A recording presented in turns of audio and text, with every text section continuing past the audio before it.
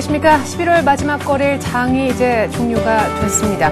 저희도 지금 2부로 인사드리고 있는데요. 1900선이 회복이 됐네요. 그래도 11월 마무리가 썩 괜찮은 편인 듯 싶습니다. 1904포인트에서 끝났고 코스닥은 498포인트 정도에서 끝이 났습니다. 코스피는 사흘 만에 반등하면서 아주 예쁜 마무리를 지어준 것이고요. 코스닥은 이틀 연속 오른 셈인데 막판 들어 외국인들이 현물을 매도하면서 끝을 냈고 개인들은 현물을 더 많이 던지면서 장을 끝내는 모습이었습니다. 물론 만기를 앞두고 외국인들의 집중적인 선물 매수가 그렇게 큰 의미를 둘 수는 없겠다는 분석들도 있었지만 오늘 규모 자체는 일단은 관심을 둘만 하네요. 외국인들의 선물 매수 규모가 8,800계약 정도가 됐으니까 이게 9천억이 넘겠네요. 때문에 오늘 코스피 지수 200 같은 경우에도 거의 한 250선 정도는 회복이 된 모습이었는데 원달러 환율은 출렁출렁 변동성이 많았지만 1160원대 밑에서 끝나는 모습이었습니다. 중국 급락 때문에 장중에 1900을 이탈했다가 종가 기준 그래도 19로 시작하는 코스피의 모습 나쁘지 않다 여겨지는데 자세한 등락 상황 그리고 시황센터로 가서 들어보도록 하겠습니다. 네, 시황센터입니다. 11월 30일 화요일장이 마감했습니다. 오늘 국내 증시는 장중에 이명박 대통령의 대북 강경 발언과 그리고 중국 증시의 3%대 급락 소식으로 잠시 흔들리기도 했는데요. 하지만 반등에 성공하면서 마감했습니다. 코스피 마감 지수부터 살펴보겠습니다. 오늘 코스피는 9포인트 오르면서 1904포인트에 마감했습니다. 오늘 출발은 1880선대에서 하락으로 출발했는데요. 장 초반에는 개인의 저가 매수세가 들어오면서 1917포인트까지 오르기도 했습니다. 오후장 들어서는 기관 쪽에서 이끌어주는 모습이었는데요. 중국 증시의 급락 소식에 잠시 수급이 불안정해지면서 1시 후반에는 잠시 하락 전환하기도 했습니다. 하지만 기관과 프로그램 쪽의 매수세가 꾸준하게 늘어나고 있는 가운데 1900선까지는 지지해주면서 마감했는데요. 수급 내용 자세하게 살펴보겠습니다. 오늘 개인 쪽에서는 840억 원 정도의 매도 우위가 나타났습니다. 매수와 매도를 오가던 외국인 쪽에서는 900억 원 정도 파는 모습이었고요. 오늘 다시 돌아온 연기금과 투신권을 중심으로 기관 쪽에서는 1,700억 원 정도의 매수세가 들어왔습니다. 외국인 쪽에서 현물을 파는 모습이었지만 외국인 선물을 7천 계약 정도 사들이면서 프로그램 통해서는 1,000억 원 넘는 매수세가 들어왔습니다. 이어서 코스닥 살펴보겠습니다. 이틀 연속으로 올랐는데요. 오늘은 4포인트 오르면서 498포인트에 마감했습니다. 오늘 출발 또한 496포인트 상승으로 출발했는데요. 꾸준하게 상승 흐름을 유지하다가 코스피와 마찬가지로 1시 후반에 잠시 하락 전환하기도 했습니다. 하지만 다시 한번 상승 탄력을 내면서 498포인트까지는 올라섰는데요. 하지만 바라던 500선 돌파는 아직까지는 부담이었습니다. 오늘장 코스닥은 493포인트와 499포인트 사이에서 움직였습니다. 수급 내용 살펴보겠습니다. 개인 쪽에서는 5억 원 정도 파는 모습이었고요. 기관 쪽에서 150억 원 정도 매도 우위가 나타났습니다. 장중에 사들이던 외국인 쪽에서는 160억 원 정도 매수세가 들어왔습니다. 이어서 외환시장 살펴보겠습니다. 하락 하루 만에 또다시 반등이었습니다. 6원 80전 오르면서 1159원 30전에 마감했는데요. 오늘 출발 또한 1160원대 상승으로 출발했습니다. 중국의 긴축 우려와 유럽의 재정 위기가 부합되면서 투자 심리를 위축시키는 가운데 상승 압력이 됐는데요. 상승 탄력을 제한했던 수출업체들의 월물 내고 물량도 오늘 장에서는 조금 뜸해진 분위기였습니다. 오늘 원달러 환율은 1159원대에서 마감하는 모습이었습니다. 이어서 유가증권 시장 시총 상해 종목들의 움직임도 살펴보겠습니다. 출발은 대부분 상승으로 출발했지만 돌아선 채 마감이 됐습니다. 삼성전자가 1% 내렸고요. 82만 원대로 내렸습니다. 포스코가 이틀 연속으로 상승하고 있는데요. 강보합권에서 마무리가 되고요. 현대차는 1.9% 내렸지만 현대모비스가 보합권에서 마무리가 됐습니다. LG화학 이틀 연속으로 상승하면서 1.7% 올랐습니다. 신한지주가 강보합에 마감이 됐습니다. 삼성생명이 0.5% 올랐고요. 기아차가 2% 올랐습니다. SK에너지는 3% 큰 폭으로 올랐습니다. 이어서 코스닥 살펴보겠습니다. 셀트리온이 1% 오르면서 32,000원대까지 올라선 모습이고요. 서울반도체가 반등했습니다. 1.7% 올랐습니다. CJ 옵쇼핑이 4% 큰 폭으로 올랐고요. 반면에 메가스터디는 장중에 상승하다가 1.5% 하락 전환으로 마감됐습니다. OCI 머티리얼즈 1% 올랐고요. 다음이 2% 올랐습니다. 하지만 동서와 네오이즈게임즈가 하락했고요. SFA는 1%, 포스코캠텍이 강하게 올랐습니다. 이어서 특징 테마주 살펴보겠습니다. 미국의 사이버 먼데이 기대감이 남아있는 상황이었지만 IT주들은 기관의 매도에 하락했습니다. 특히나 D램 가격의 급락 소식에 반도체를 생산하는 삼성전자와 하이닉스의 움직임이 부족했는데요. 삼성전자가 1%대로 하락했습니다. 하이닉스가 5% 큰 폭으로 하락했고요. 나머지 종목들도 기관의 매도세에 약세를 보여줬습니다. 하지만 화학주들은 큰 폭으로 상승했습니다. 중국을 중심으로 해서 아시아 지역의 수요가 증가할 것이라는 기대감이 반영됐는데요. LG화학이 1.7% 올랐습니다. SK에너지가 3%대로 올랐고요. 호남석이 마찬가지로 3% 큰 폭으로 올랐습니다. SO일과 GS 등 정유주들도 큰 폭으로 오르면서 석유화학주가 강한 움직임을 보여줬습니다. 네, 그리고 어제에 이어서 철강 금속주들은 외국인과 기관의 매수에 상승했습니다. 바닥 탈출 기대감이 반영되고 있는데요. 포스코가 오늘 0.4% 올랐습니다. 동국제강이 3%대로 올랐고요. 포스코 강판과 세아배틀이 5%대로 오르면서 철강주가 강한 모습을 보여줬습니다. 네, 이어서 현대건설과 현대그룹주 살펴보겠습니다. MOU 체결 소식에 어제장에서는 일제히 하락했었는데요. 오늘장에서는 반등했습니다. 네, 현대건설이 3.7% 올랐고요. 현대상선이 가격 제한폭 가까이 급등했습니다. 현대엘리베이터 4.7% 오르는 가운데 현대그룹주 중에 현대모비스는 보합, 기아차는 상승세를 유지하는 모습이었습니다. 네, 마지막으로 세종시 관련주 살펴보겠습니다. 세종시 특별법이 상임위를 통과하면서 세종시의 토지를 보유한 기업들의 주가가 올랐습니다.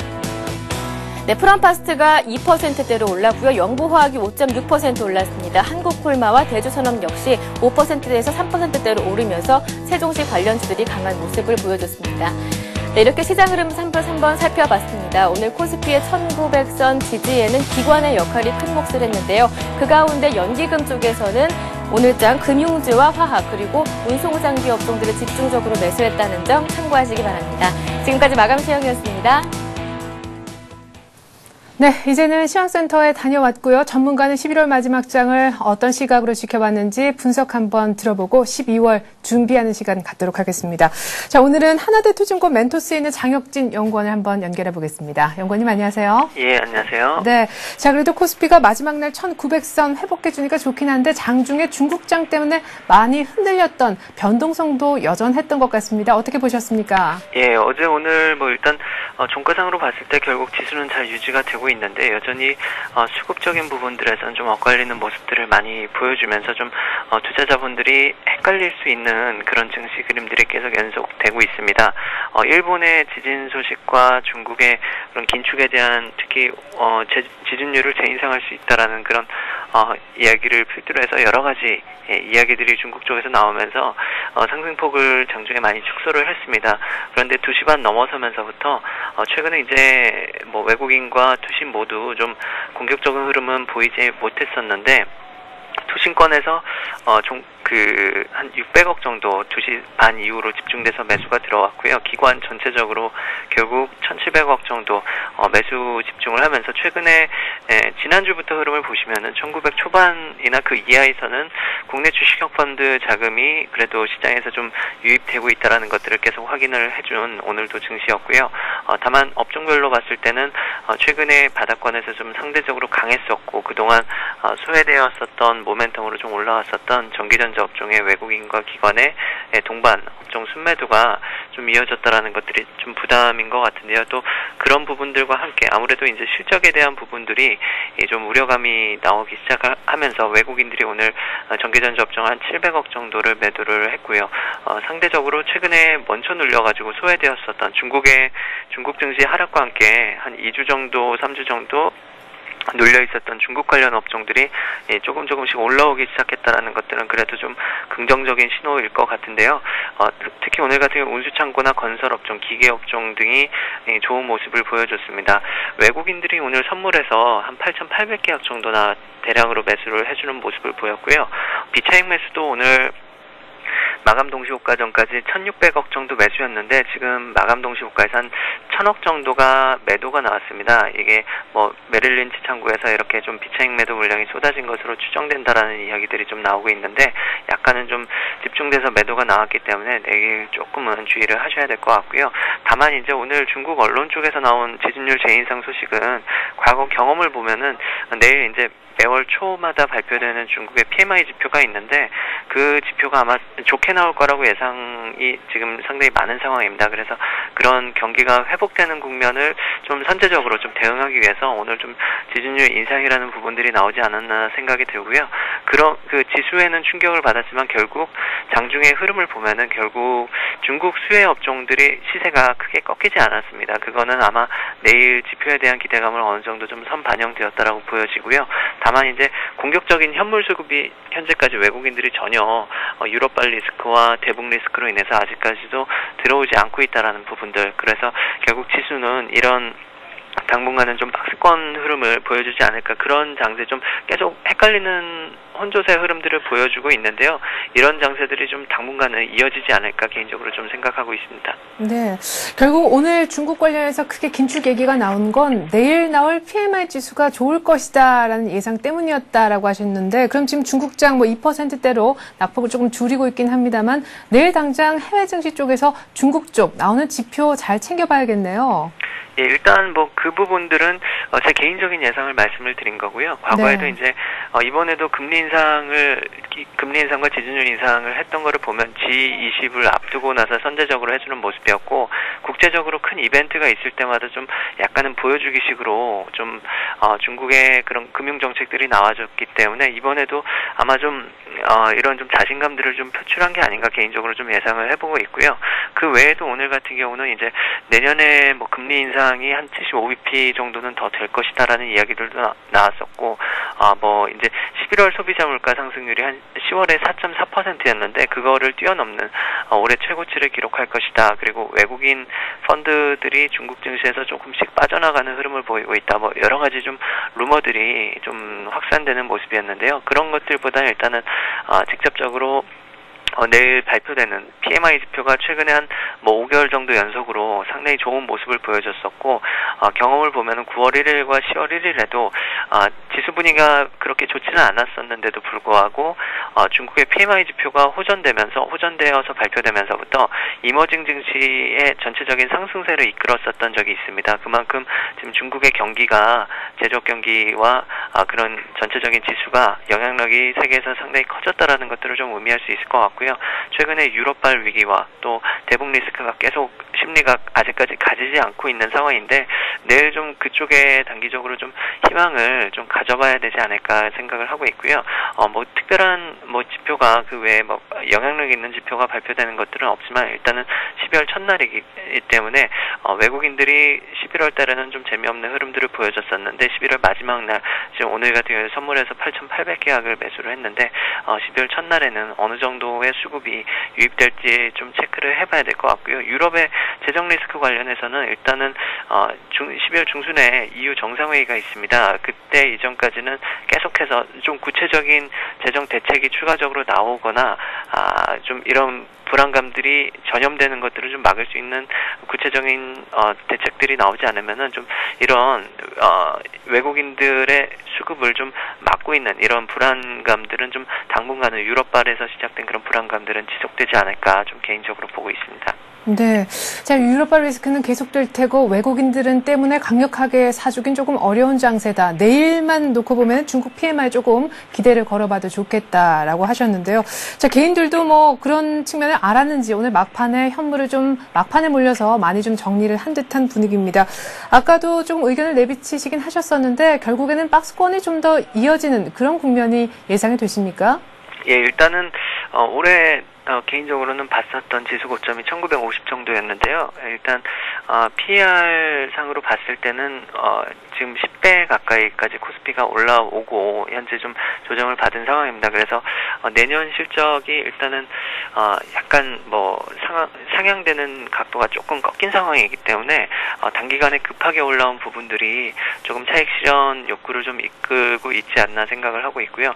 또 지난주에도 말씀을 드렸지만 최근에 1750부터 1950선까지 끌고 왔었던 외국인들의 들어왔었던 물량들이 환율 1200원 이상에서 들어왔었던 물량들이 대부분입니다. 그래서 환차익으로도 10% 정도는 나고 있고 주가 차익으로도 지수 기준으로 봤을 때 10% 이상 차익 실현을 내고 있기 때문에 올해가 가기 전에 일단은 단기적으로 좀 차익 실현을 일정 부분 하는 그런 흐름들이 좀 6개월에도 이어지지 않을까 생각을 하고 있고요.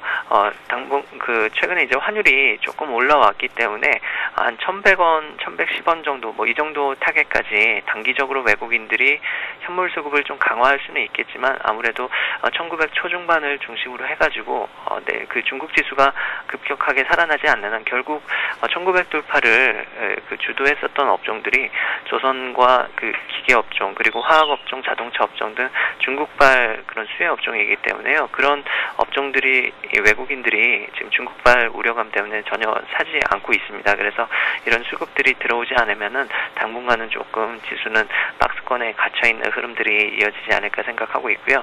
다만 여러 번 이제 바닥 확인을 하고 있는데 연말까지 연기금에서 순매수할 수 있는 여력이 최대 한 1조 원 정도 이상 남아 있고요.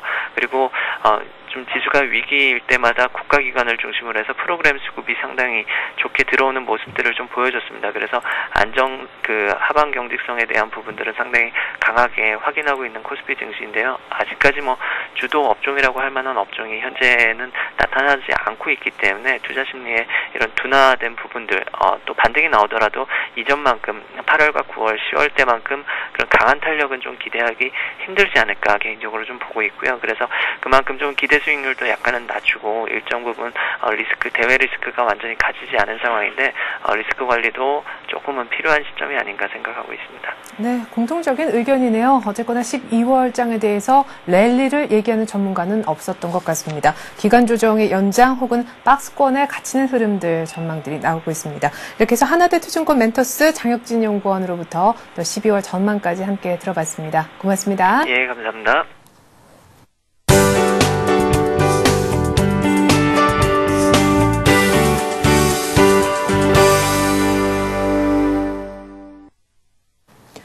이 시각 주요 뉴스입니다. 산업 생산이 전달과 비교할 때 22개월 만에 최대폭으로 감소했습니다. 통계청이 오늘 발표한 10월 산업활동 동향에 따르면 광공업 생산은 전월보다는 4.2% 줄어 석 달 연속 하락했습니다. 전월 대비로 광공업 생산이 4.2% 감소한 건 2008년 12월 이후 가장 큰 것입니다. 다만 10월 광공업 생산은 작년 같은 달보다는 13.5% 증가해 지난해 7월 플러스로 전환된 이후 16개월째 증가세가 이어졌습니다. 한편 향후 경기 국면을 예고해주는 선행종합지수 전년 동월비는 3.4%로 9월보다 1.5%포인트 하락했습니다. 선행지수 전년 동월비는 10개월 연속 하락세를 지속하고 있습니다. 한국과 미국이 오늘부터 재협상을 통해 양국 간 FTA 쟁점 해결을 시도합니다. 김종은 통상교섭본부장과 론 커크 미 무역대표부 대표는 오늘 오전 워싱턴 DC 인근의 메릴랜드주 콜롬비아시에서 통상장관회의를 개최했습니다. 20일 만에 다시 만난 양국 통상대표는 미 측이 요구한 자동차 관세 철폐 연장 등 자동차 분야의 여러 의제를 놓고 치열한 공방을 벌인 것으로 알려졌습니다. 또 미 측은 자국 쇠고기 수입 확대 문제도 압박하고 있지만 우리 측은 쇠고기는 FTA 협상 의제가 아님을 분명히 했습니다. 우리 측은 가능한 자동차 분야에서 최소한의 내용만을 수정해 협상을 끝낸다는 계획입니다. 사흘째를 맞고 있는 한미연합훈련이 대량 살상 무기를 적재한 것으로 의심되는 북한 선박을 차단 혹은 검색하는 PSI로 확대됐습니다. 한미연합군이 서해상에서 PSI 훈련을 하는 건 이번이 처음입니다. 합참은 오늘 훈련에 한미연합군이 해양 차단 작전을 벌이는 것이 포함됐다고 밝혔습니다. 아울러 대공 방어훈련, 공중 침투 및 대응훈련, 항모 강습 작전, 해상 자유공방전은 어제보다 참가 전력이 확대됐습니다. 특히 오늘 훈련에는 한미 양군의 이지스함과 주요 전투기들이 총 출동할 것으로 알려졌습니다. 28일부터 시작됐던 서해 한미 연합훈련은 내일 막을 내립니다. 정부는 오늘 경북 안동시 서우면에 위치한 농가에서 신고한 구제역 의심 한우가 양성으로 판정됐다고 밝혔습니다. 어제 안동시 와룡면 농장 두 곳의 돼지가 구제역 양성 판정을 받은 데 이어 인근 한우까지 번져 안동시 일대에 구제역 비상이 걸렸습니다. 농식품부는 구제역 양성 판정을 받은 농장은 한우 5두를 사육하고 있다며 구제역이 발생한 농가에 대해 살처분을 실시하고 반경 500m 내에도 예방적 살처분을 시행 중이라고 전했습니다. 농식품부는 구제역 긴급 행동 지침에 따라 경북도와 안동에 이동 제한 및 구제형 발생 농장 사육가축의 살처분 및 매몰 등을 실시하고 있습니다. 네, 이상으로 11월 마지막 거래일에 보내드릴 라스트 성공 전략 마칩니다. 12월엔 좋은 소식들 나왔으면 좋겠는데요. 내일 중국 PMI 지수는 꼭 챙겨야 될 변수인 것 같습니다. 여러분들의 성공 투자 기원하겠습니다. 저는 12월에 다시 인사드리겠습니다.